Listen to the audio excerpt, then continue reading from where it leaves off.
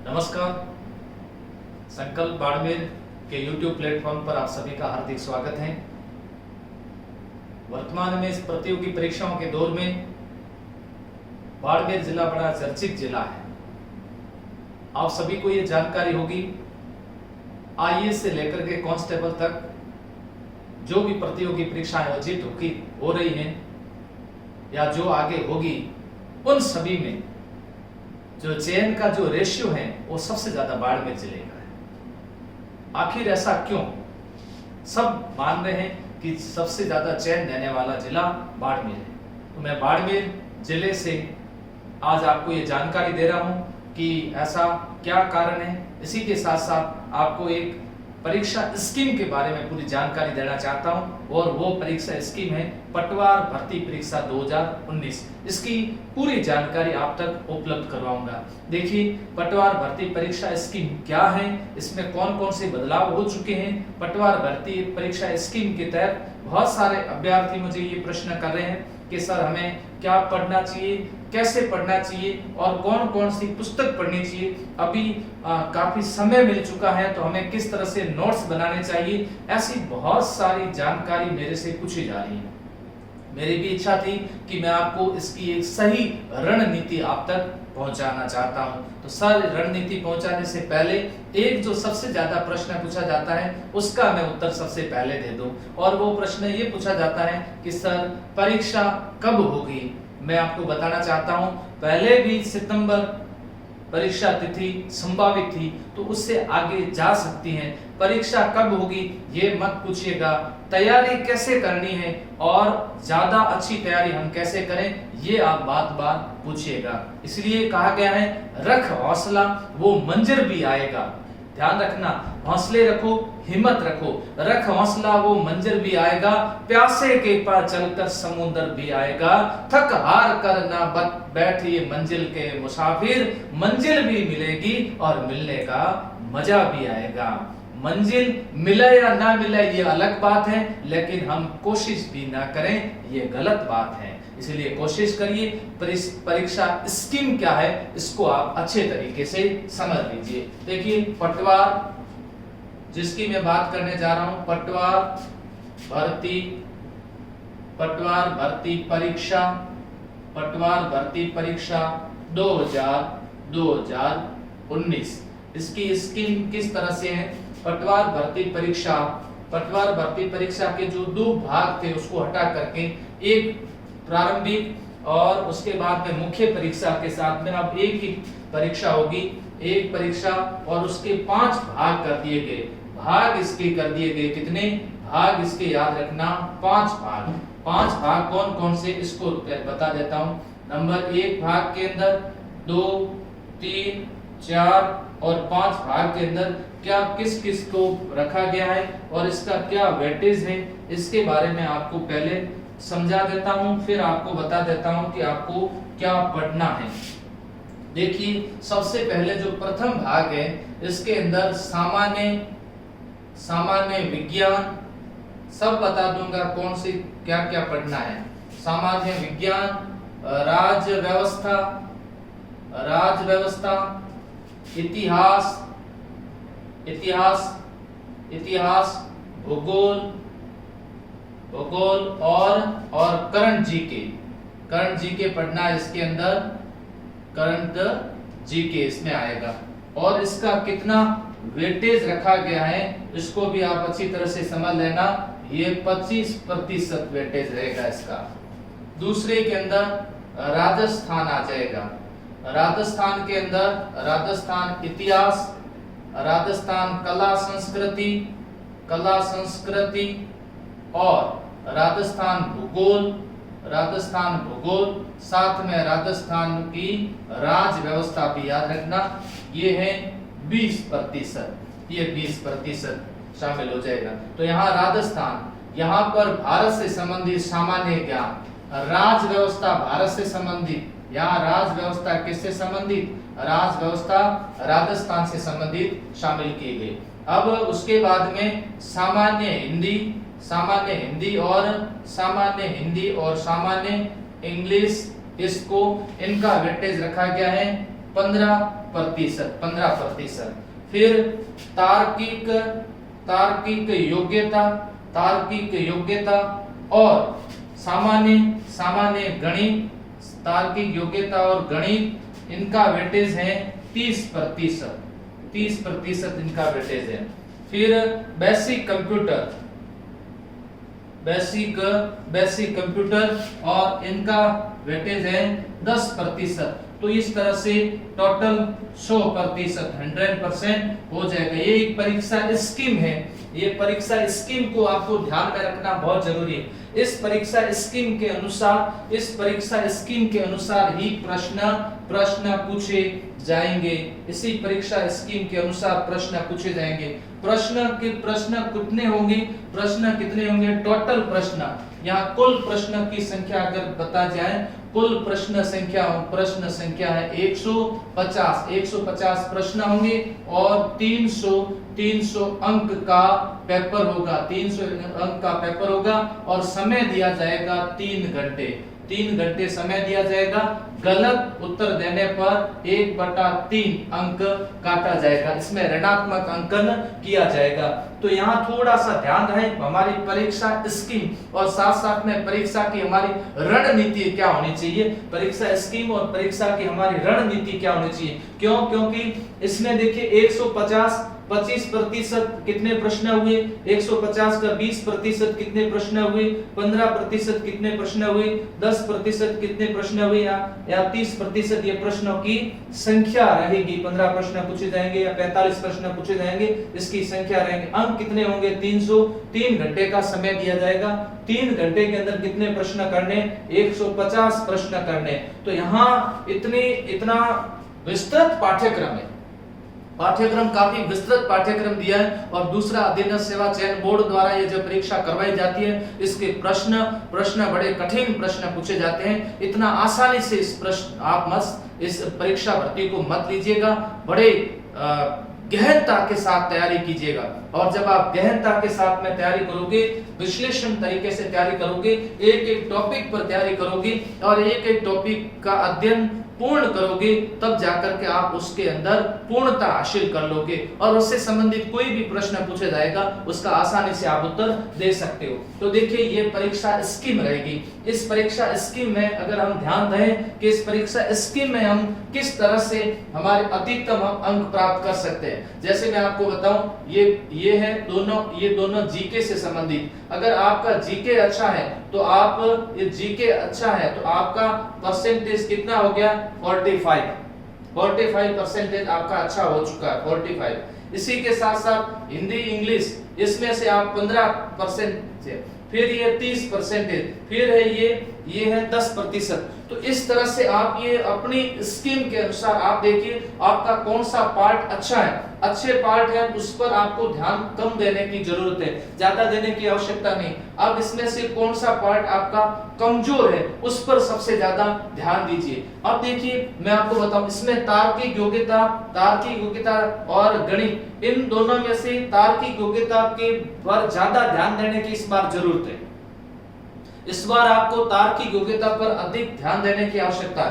बिल्कुल, गणित के जितने भी टॉपिक है उन टॉपिक पर बड़े अच्छे तरीके से ध्यान देने की आवश्यकता है। अगर टॉपिक बदले हैं, कम ज्यादा किए हैं, तो आप समझ लीजिएगा उनको अच्छे तरीके से आप तैयार करें, अच्छे तरीके से। क्योंकि इसका देखो वेटेज कितना है? वेटेज 30% इसका वेटेज है। इस भाग का, कौन से भाग का? 4 नंबर भाग का वेटेज 30% है। जीके का वेटेज देखा जाए, जीके कितना हो जाएगा? 45 हो जाएगा। इसलिए देखो, जीके को बढ़ा दिया गया, जो कि ये दोनों मिलाकर के दोनों पार्ट को अगर जोड़ दिया जाए, दोनों पार्ट, तो अब देखिए पटवार भर्ती परीक्षा में चयन का आधार क्या रहने वाला है? आधार ये रहने वाला है, यहाँ 45% हो चुका है। 45% प्लस हिंदी और ये कंप्यूटर ये दोनों और जुड़ जाएंगे। देखो 10% ये हो जाएंगे, ये हो गए 25%। यहाँ इस पर आपको ध्यान देना है। देखिए, मेरिट निर्धारित करेंगे। इसमें से अगर आप अच्छी तरीके से तैयारी करोगे, तो आपका एक भी सवाल गलत नहीं होता है। मैंने ऐसे कई बच्चे देखे जो कहते हैं कि सर गणित के अंदर 45 में से हम 45 सही कर देते हैं। हाँ बिल्कुल सही बात है, ये राइट बात है, वे करते हैं, क्योंकि यहाँ तो आपको अगर कोई समझ में आ गया, तार्किक योग्यता रीजनिंग में जो भी आपको टॉपिक समझ में आ गया उससे संबंधित आप गलत नहीं करोगे, कोई भी प्रश्न आपका गलत नहीं होगा। ऐसी स्थिति के अंदर ये अंक आपके सबसे ज्यादा बढ़ाएगा। कौन सा पार्ट? ये पार्ट आपके अंक सबसे ज्यादा बढ़ाएगा।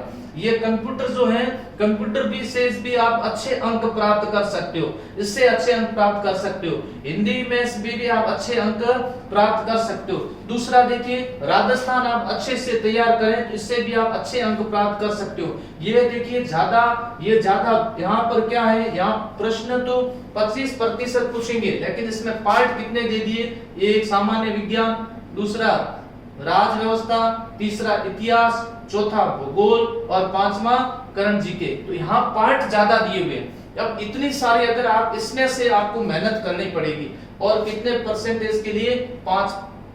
25%। तो यहाँ पर 25% अंक अगर प्राप्त करना है, इन सब पर ध्यान देना पड़ेगा, सबके ऊपर आपको ध्यान केंद्रित करना होगा। ये जो करंट जीके के जो प्रश्न आते हैं, ये करंट जीके के प्रश्न राष्ट्रीय घटनाक्रम से संबंधित ही पूछे जाएंगे, तो आपको राष्ट्रीय घटनाक्रम पर ही देखना। तो देखिए मैं आपको सीधी सीधी जानकारी प्रदान कर देता हूं। मेरिट में आपका निर्धारण, मेरिट का निर्धारण कौन करेगा, अच्छे अंक किससे मिलेंगे आपको, उस पर आपको ध्यान देने की आवश्यकता है। हमें दो चीजों पर ध्यान देना चाहिए। पहली चीज पर यह ध्यान देना चाहिए कि हमें हमें अच्छे अंक किससे प्राप्त होंगे। तो देखिए आप अगर चौथा भाग अच्छे से तैयार करोगे तो आपके अच्छे अंक मिल सकते हैं, यहाँ अच्छे से आप अंक प्राप्त कर सकते हो। देखिए यह तो महासमुद्र है, कौन सा? एक पहला भाग महासमुद्र है, दूसरा भी बड़ा समुद्र है, इसमें से मोती निकाल लें, मेहनत करने पर ही मोती निकलेंगे। बिल्कुल मेहनत करोगे तो आप इसमें भी अच्छे अंक प्राप्त करोगे। और अब बात आती है कि किस प्लान के साथ, क्या हमारी योजना हो कि हम किस तरह से हम लोग पढ़े तो हम इस तरह से पार लगा सकते हैं। तो यहाँ योजना बनाने के लिए आपको क्या करना पड़ेगा? योजना के लिए जो 5 भाग दिए गए, इस 5 भाग के आधार पर आप एक योजना बनाओ। कैसे योजना बनानी है उसके बारे में मैं आपको समझा देता हूं कि आपको योजना कैसे बनानी है, किस प्लान के साथ आपको कार्य करना है। उसके लिए क्या करें? 5 भाग दिए गए आपके पास में, 5 भाग दिए गए।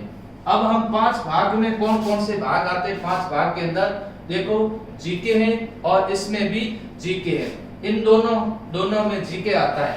फिर जीके के बाद में यहाँ लैंग्वेज है, भाषा, और यहाँ पर तार्किक योग्यता प्लस यहाँ पर क्या है? गणित, तार्किक योग्यता गणित, और ये कंप्यूटर, ये कंप्यूटर का पार्ट आता है। तो हमें किस पर ज्यादा ध्यान देना चाहिए? तो ज्यादा ध्यान देने की बात आती है तो आप लोग समझ लीजिएगा किसको कितना समय देना। अगर आप दिन में से 2 घंटे इसको समय देते हैं, 2 घंटे इसको जीके के लिए आप समय देते हैं, 1 घंटे का समय आप इसको दे दीजिए, किसको? लैंग्वेज को। 2 घंटे का समय आप इसको दे दीजिए, 1 घंटे का समय आप इसको दे दीजिए। कितने हुए? 2 4 और 2 कितने?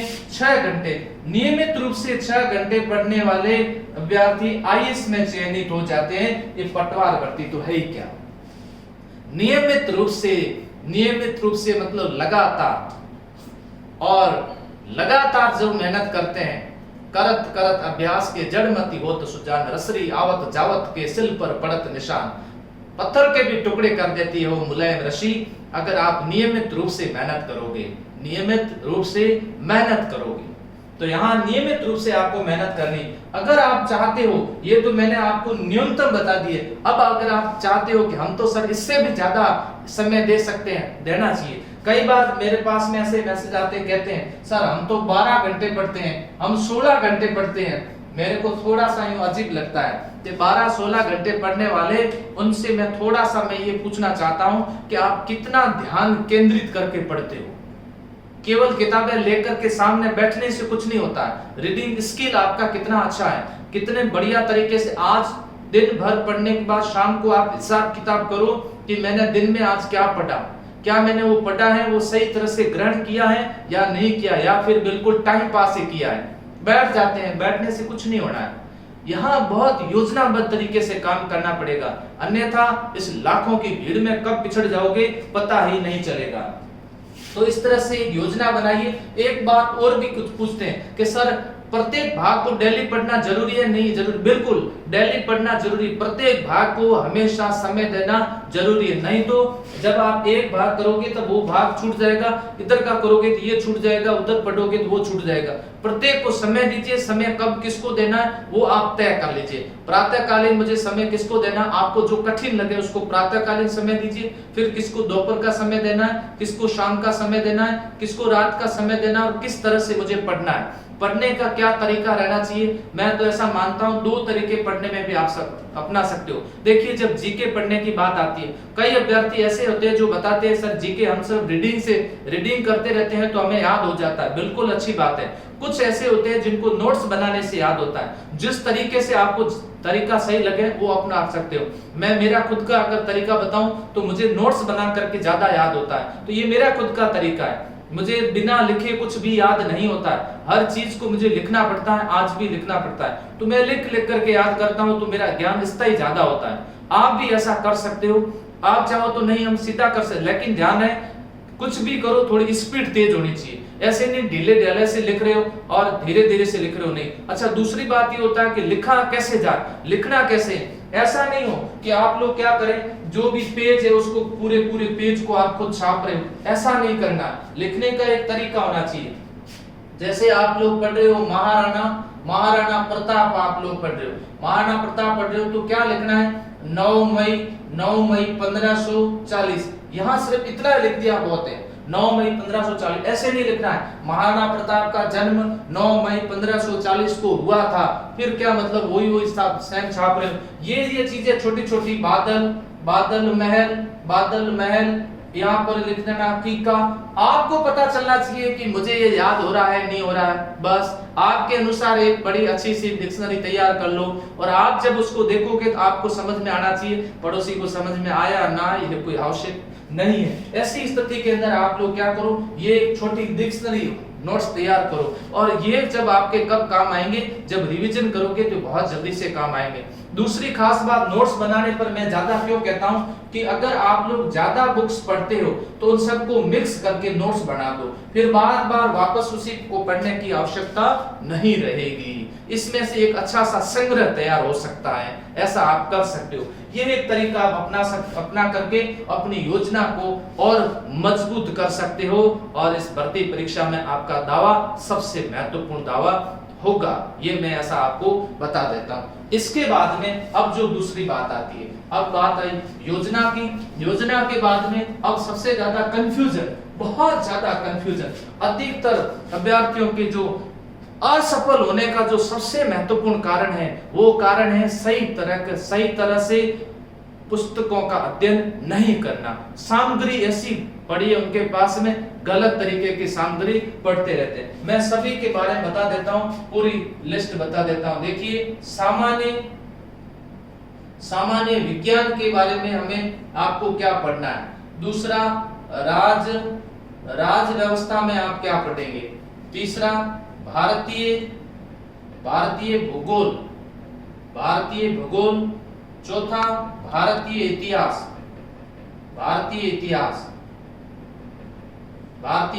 5 नंबर राजस्थान के अंदर जो ये पार्ट है, राजस्थान इतिहास, राजस्थान कला संस्कृति,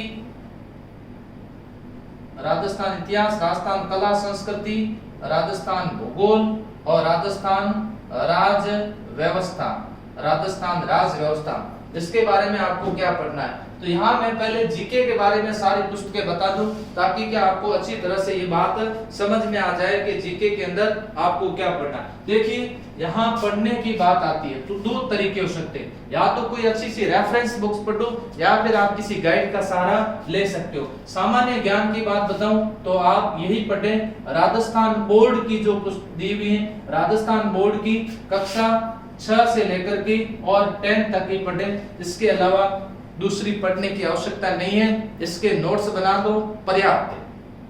इसी में से ही प्रश्न पूछे जाएंगे, अलग से गाइड पढ़ने की आवश्यकता नहीं है। दूसरी राज व्यवस्था की बात आती है, एम लक्ष्मीकांत की आप पढ़ सकते हो। वाणी प्रकाशन पढ़ सकते हो, अच्छी है, वाणी प्रकाशन पढ़ सकते हो, क्योंकि इसकी हिस्सेदारी कितने 5 भाग है और 25% है, 25% है, तो आप समझ गए होंगे 5% है, तो यहां इससे ज्यादा पढ़ने की आवश्यकता नहीं है। भूगोल की बात आती है, महेश कुमार बर्णवाल पढ़ लो, महेश कुमार बर्णवाल पढ़ लीजिए, बहुत है। पहले राजस्थान बोर्ड कक्षा 9th में चल रही थी, उसको पढ़ लेते तो भी आसान है। भारतीय इतिहास की बात आती है, इतिहास आर्य कंपटीशन पढ़ लीजिए, या राजस्थान बोर्ड कक्षा 12th की पुस्तक आती है, इसको आप पढ़ लीजिए, बहुत अच्छी पुस्तक है। इसका आप एक बार पढ़ के इसके नोट्स बना करके देखिए, आपको खुद को लगेगा कि ये पुस्तक कितनी महत्वपूर्ण है। राजस्थान के बारे में राजस्थान के अंदर देखिए, इतिहास की बात, इतिहास में अगर आप किताब पढ़ने चाहते हो तो शर्मा पावा की पढ़ सकते हो, शर्मा पावा की। कला संस्कृति संबंधित कोई अनावश्यक किताब नहीं लानी, भूगोल से संबंधित नहीं लानी। राज व्यवस्था जनक सिंह मीणा की पढ़ सकते हो, जनक सिंह मीणा की।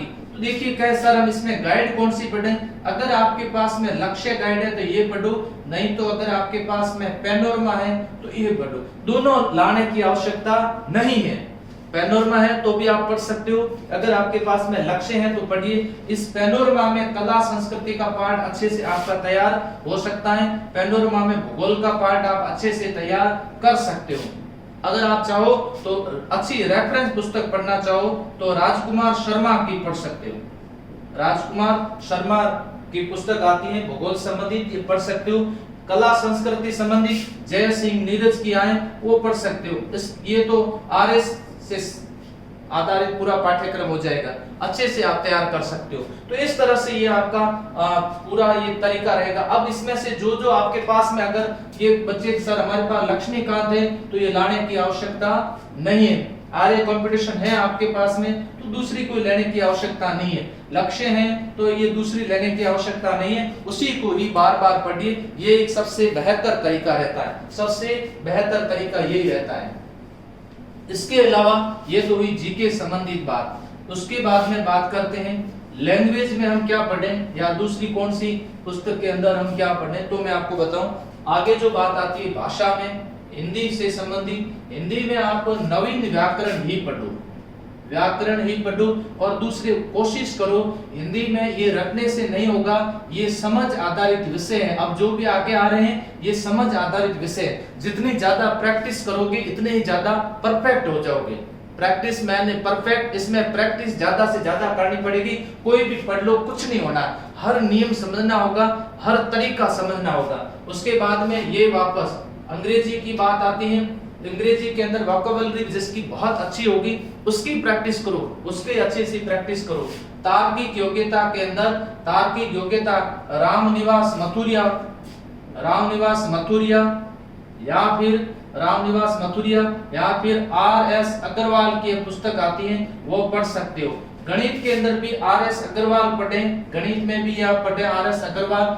बहुत ये मैं आपको बता देता हूं, गणित और तार्किक योग्यता ये पढ़ने के विषय नहीं है, ये समझ आधारित विषय हैं और ये अभ्यास आधारित विषय हैं। इसमें आप जितना अभ्यास करोगे, किसी छोटी से छोटी पुस्तक लेकर के भी आप अभ्यास कर सकते हो, कोई भी मॉडल पेपर लेकर के अभ्यास कर सकते हो, कोई भी गाइड लेकर के अभ्यास कर सकते हो। आजकल नेट के माध्यम से बहुत सारे प्रश्न मिल जाते हैं, आप उसके आधार पर अभ्यास कर सकते हो, पीडीएफ मिल जाती है, उसके आधार पर आप अभ्यास कर सकते हो। आप तो ये कोशिश करो कि हमारे टॉपिक ये अच्छे, उसमें से हम 100% अंक प्राप्त करेंगे और 100% अंक प्राप्त करेंगे तो सफलता निश्चित मिलेगी।